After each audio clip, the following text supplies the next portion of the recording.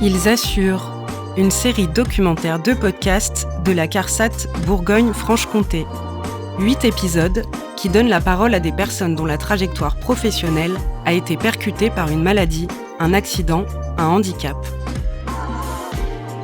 Ils assurent, 8e épisode, à la rencontre de Stéphanie Vuillet, qui travaille depuis des années dans la grande distribution. Des gestes répétitifs et le port de charges lourdes ont usé son épaule droite. Un accident du travail a ensuite entraîné une inaptitude à son poste. Entre rire et larmes, Stéphanie Vuillet raconte comment elle a tissé une relation de confiance avec Christelle Ricciardetti, assistante sociale à la CARSAT. Elle revient aussi sur sa rencontre avec l'ADAPT, ces semaines qui ont changé sa vie en lui donnant de nouvelles perspectives professionnelles. Donc Stéphanie Vuillet, 48 ans, mariée, un enfant de 24 ans. Je travaillais en grande distribution. Ça faisait 8 ans, mais j'étais déjà à mon compte. J'avais ma propre épicerie qui, donc, pendant 5 ans, où j'étais déjà dans ce milieu-là.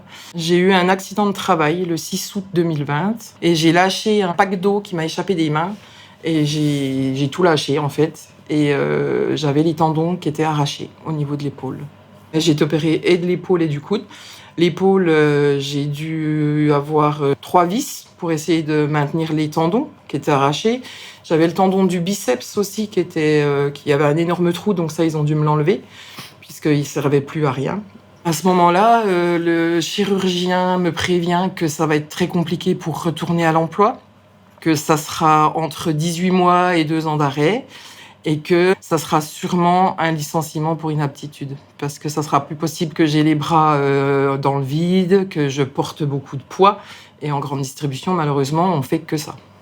Beaucoup de charges très lourdes. Ouais. Et donc, depuis, j'ai des douleurs permanentes. J'ai déjà eu 4 infiltrations qui n'ont rien donné. J'ai toujours des traitements qui ne font rien. J'ai des réveils nocturnes à cause des douleurs. Et dans ma vie de tous les jours, c'est un calvaire, en fait. On ne pense pas qu'une épaule, on s'en serve autant, finalement.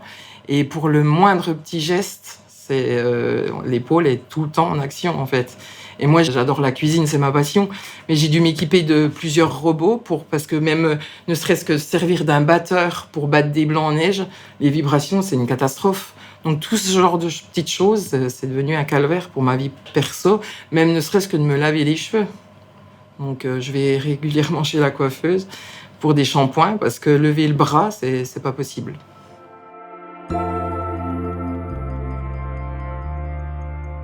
Donc moi, la première fois que j'ai rencontré Stéphanie... Christelle Ricciardetti, assistante de service social, Besançon-Audoux. Elle était en grande inquiétude par rapport à son devenir professionnel, mais aussi au niveau de sa situation financière, puisqu'elle savait que ça serait une inaptitude qui serait prononcée à la fin de l'arrêt, donc un licenciement, donc un changement et une baisse de revenus. Elle était en cours d'être reconnue maladie professionnelle. Elle avait beaucoup de questions, ce qui est normal, voilà. Donc les premiers entretiens, c'était vraiment poser les choses, de lui communiquer les informations dont elle avait besoin à tout niveau, au niveau financier, professionnel, au niveau sécu, qu'est-ce que je vais devenir. Je voulais pas y aller au rendez-vous. Et c'est une copine qui m'a dit, il faut absolument que tu y ailles. Au vu de ta situation, tu pourras pas t'en sortir toute seule.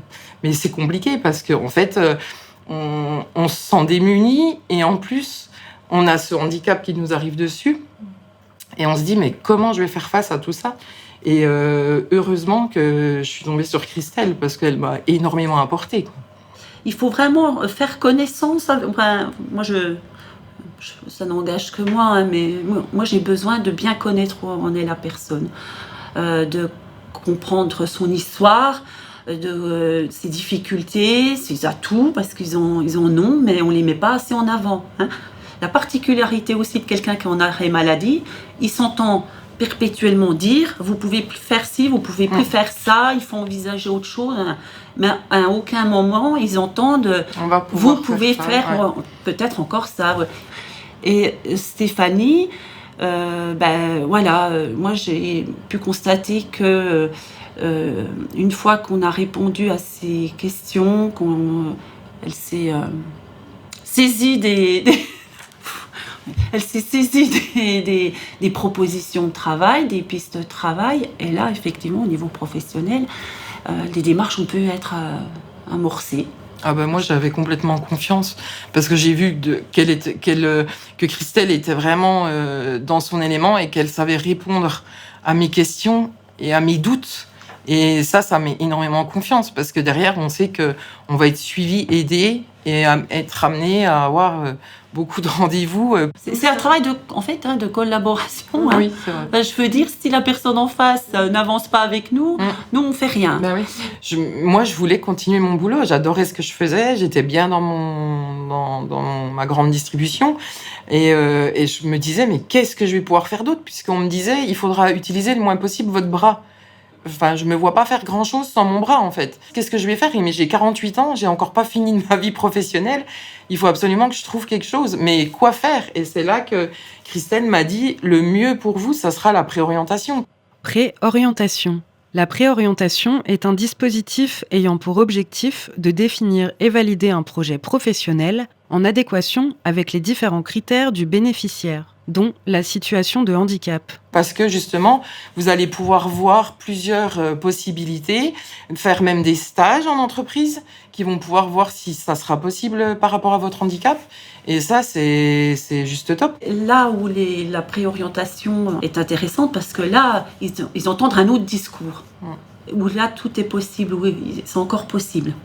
La particularité d'une préorientation avec l'ADAPT ou d'une préo dans un autre centre de rééducation professionnelle, c'est qu'il faut une orientation de la MDPH, d'accord ? Quand elle a commencé à pouvoir se projeter dans quelque chose d'autre, voilà, je lui avais expliqué les différents dispositifs qui s'offraient à elle, la procédure, les démarches. Et on avait instruit effectivement le dossier MDPH. Je l'avais aidé à instruire le dossier MDPH avec une orientation à l'ADAPT. Alors l'ADAPT, c'est une association pour l'insertion sociale et professionnelle des personnes en situation de handicap. Virginie Hamelin, adjointe de direction l'ADAPT, Bourgogne-Franche-Comté. C'est une association nationale reconnue d'utilité publique. Et en Bourgogne-Franche-Comté, nous sommes installés sur différents sites et nous faisons de l'élaboration de projets. La préorientation, alors oui, Christelle disait qu'il fallait une orientation de la MDPH pour pouvoir venir chez nous, puisque nous ne sommes pas un centre de formation lambda, puisque nous sommes un établissement médico-social avec un agrément de l'Agence régionale de santé. Et du fait, dans l'équipe, c'est une équipe pluridisciplinaire où, alors oui, on va dire qu'il y a le conseiller ou la conseillère en orientation professionnelle, mais il y a un médecin, une ergonome, une psychologue clinicienne. Nous avons un formateur en créativité. On a le coach sportif. C'est un dispositif, si on le fait à temps plein, qui est 30 heures par semaine, qui dure 14 semaines. C'est pour ça que je parle beaucoup plus en heures et ça correspond à 420 heures, puisqu'on peut aménager le parcours, c'est-à-dire qu'on adapte le temps par rapport à la personne. On peut faire du mi-temps, du 80%, tout dépend de la fatigabilité de la personne, de sa pathologie. Et on a également la possibilité, on va dire que c'est grâce à la Covid, pour le coup, où vraiment on s'est adapté avec le distanciel, avec la formation ouverte à distance. Et donc, on peut le mettre en place très facilement, puisqu'on met à disposition l'ordinateur. Il n'y a pas besoin d'investir dans un ordinateur pour pouvoir travailler chez soi. Quelqu'un de très actif à la base. Et là, je me retrouvais chez moi, rien faire, toute la journée. Et du coup, c'est vrai que rien que le fait de remettre son réveil, de se lever le matin et de venir, moi, j'étais dans un bien-être. Déjà, rien que ça, c'était déjà... c'était évolutif, mais c'était fou, quoi. De revenir, de faire des cours, de faire de l'informatique. Moi, j'avais jamais trop pratiqué l'informatique au niveau de mon travail, puisque j'avais pas vraiment d'utilité. Et du coup, aujourd'hui, je me dis, cette préorientation, elle a été d'un bénéfice 300%. Parce qu'aujourd'hui, je suis repartie en formation. Et si j'étais pas venue à l'ADAPT faire ces 14 semaines, je ne sais pas comment j'aurais fait pour commencer ma formation. C'est tout un travail de réflexion. En tout cas, les premières semaines, c'est énormément de réflexion sur soi-même, sur les environnements de travail qui vont attirer la personne, les gestes et activités professionnelles, les valeurs de la personne, les centres d'intérêt de la personne, l'environnement économique dans lequel elle habite. Et nous, on va dire qu'on est plutôt le garde-fou par rapport à l'état de santé. On demande finalement aux personnes qui viennent chez nous de tenter de faire abstraction de leurs problématiques santé. Nous, on est le garde-fou, mais pour qu'ils ouvrent vraiment le champ des possibles. Des personnes arrivent, elles ont déjà des projets en tête, c'est bien. Il y en a qui n'ont aucune idée, c'est bien aussi. Et on travaille en individualisant au maximum, mais en groupe quand même, puisque le groupe est vraiment important. En parallèle, il y a aussi des évaluations qui sont faites, alors un peu type scolaire, et c'est ça qui fait un petit peu peur à nos bénéficiaires. Français maths, mais c'est quand même très éloigné de ce que l'on peut faire à l'école. Ouais, c'était vraiment ce qu'on avait fait au collège, lycée surtout. Et puis après, il y a l'étape d'enquête métier, c'est-à-dire qu'on leur demande de rencontrer des professionnels du métier pour voir si la représentation qu'ils en ont est bien en phase avec la réalité, mais aussi pour voir si l'environnement, parce qu'il y a des métiers qui peuvent se faire dans certains types d'environnements par rapport à la pathologie, puis pas dans d'autres. Donc voir si l'environnement de travail correspond aussi à leur handicap. Et quand vraiment il y a une bonne approche, c'est l'occasion aussi de parler, de faire sa demande de stage. Mais ils sont prêts. Ils ont préparé une lettre de motivation, ils ont un CV mis à jour. Donc, ils peuvent de suite dégainer leur CV, leur lettre de motivation, les laisser. Et même si ce n'est pas la personne qu'ils ont rencontrée qui est décideur, elle va en parler, dire « ça s'est bien passé, elle a l'air motivée. » Enfin, Bon, et ça aboutit pas toujours, mais ça aboutit. J'ai fait un stage en secrétariat médical. Et là, ça a été une révélation. Parce que clairement, je me suis dit, c'est ça qu'il faut. Et à la base, je devais faire 1 semaine et j'ai fait 10 jours. Parce que ma tutrice a voulu me garder. Puis moi, je voulais plus revenir. Moi, je voulais vraiment garder le contact. Puisque en grande distribution, c'était ma principale activité quand même. Je suis beaucoup dans la bienveillance et dans l'empathie. Donc là, on était vraiment à 300% dedans. Et le relationnel, vraiment, est au bien-être des personnes, en fait. J'ai attaqué une formation depuis le 3 octobre jusqu'au 14 juin, 9 mois, avec 2 stages de 5 semaines. J'en commence un le 20 février, là, à l'hôpital Mingeot, en service hématologie. J'appréhende un petit peu, parce que c'est un service quand même très, très costaud, je pense. Donc, j'ai rencontré l'équipe déjà. Ça s'est super bien passé. Elles m'attendaient avec impatience. Elles m'ont déjà proposé éventuellement faire les remplacements d'été et de m'embaucher après. J'ai dit, attendez, on va déjà voir si vous me convenez et si moi je vous conviens. Parce que il y a beaucoup de travail, quoi. Là, on n'a aucune inquiétude sur un futur emploi après notre formation. Il faut absolument obtenir la formation.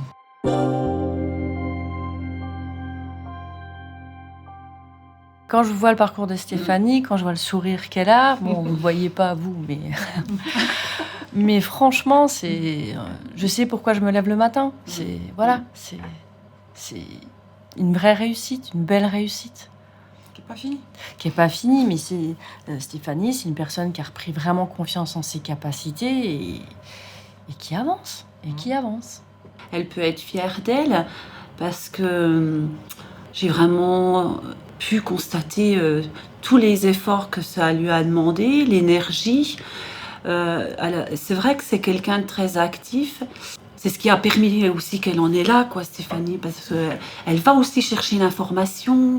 Elle n'hésite pas à faire les démarches, à contacter. Si elle ne comprend pas, elle le dit. Je suis fière de moi, de mon parcours, même si ça a été très, très compliqué. Mais j'ai eu des bonnes personnes autour de moi pour me faire avancer et avancer dans un projet professionnel en lequel je croyais plus.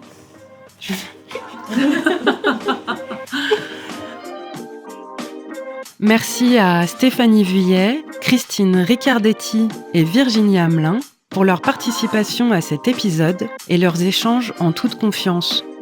Et si, comme Stéphanie Vuillet, vous êtes confronté à un problème de santé qui a des répercussions sur votre travail, contactez le service social de l'assurance maladie. 36 46, dites service social.